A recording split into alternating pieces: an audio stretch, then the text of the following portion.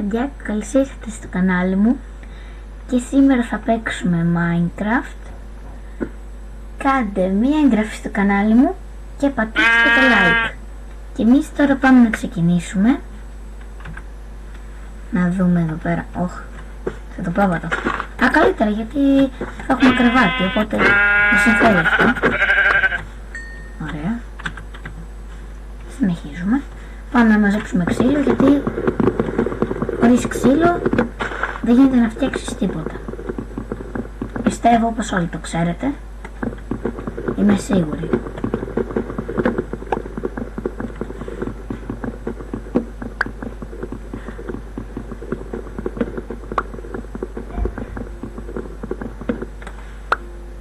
Ωραία.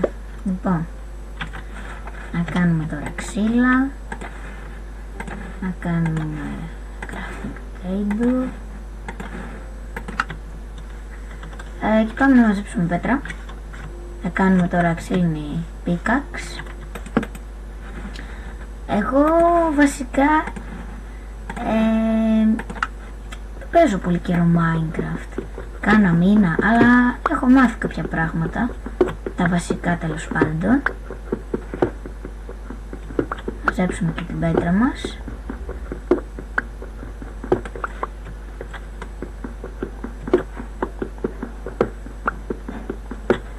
Και όταν φτιάξουμε τα υλικά μας θα πρέπει να αρχίσουμε να μαζεύουμε και άλλα ξύλα για να χτίσουμε ένα σπίτι.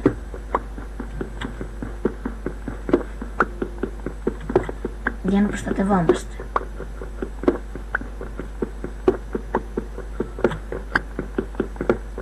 Από διάφορα πράγματα, ζόμπι, σκελετούς, creepers.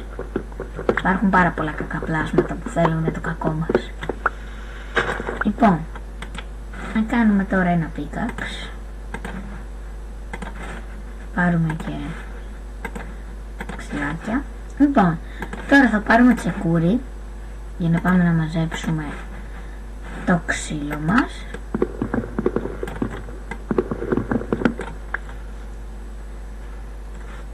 Μετά θα έρθω και να μαζέψω και κόλ. Θα έρθω και να μαζέψω σε λίγο και κάρβον. Πάω να μαζέψω.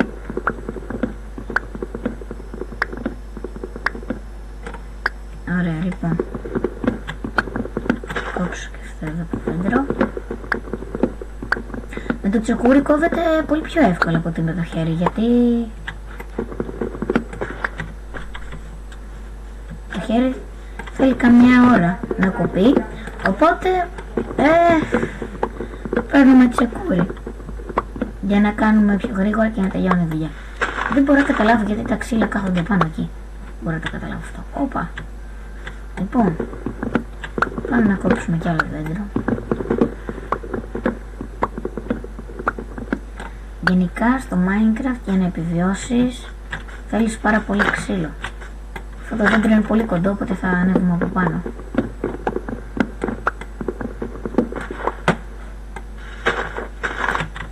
Λοιπόν, να δούμε πόσο ξύλο έχουμε. Πολύ έχουμε. Εδώ. Εντάξει, 2 stacks βγαίνει και 17. Δεν είναι πολλά αυτά. Θα μαζέψω και άλλα πράγματα. Για να δω, γιατί έχω δει στο YouTube ότι άμα πατήσεις δεξί κλικ μπορείς να το κάνεις άλλο ξύλο αυτό. Ναι, γίνεται. Γιατί νόμιζα ότι δεν γινόταν. Τέλος πάντων, εντάξει, αυτό γίνεται. Γιατί μου είχε έρθει μια πολύ ωραία ιδέα να κάνω τέτοιο ξύλο με πάτωμα. Είναι πολύ όμορφο αυτό το ξύλο για να κάνεις πάτωμα. Γιατί δεν το έχω δοκιμάσει ποτέ. Οπότε είπα να το δοκιμάσω τώρα. Για πρώτη φορά. Γιατί πετάει στον αέρα ένα μήλο. Και μου έδωσε και δεντράκι. Ωραία. Αυτό είναι. Όχι, αυτό είναι σκούρο ξύλο. Εμείς θέλουμε ανοιχτό για πάντα. Γενικά, εγώ πριν ένα μήνα έχτιζα τα σπίτια μου με άσπρο ξύλο. Αλλά μετά συνειδητοποίησα ότι το άσπρο ξύλο είναι σπάνιο. Οπότε το χρησιμοποιούσα μόνο για πάτωμα.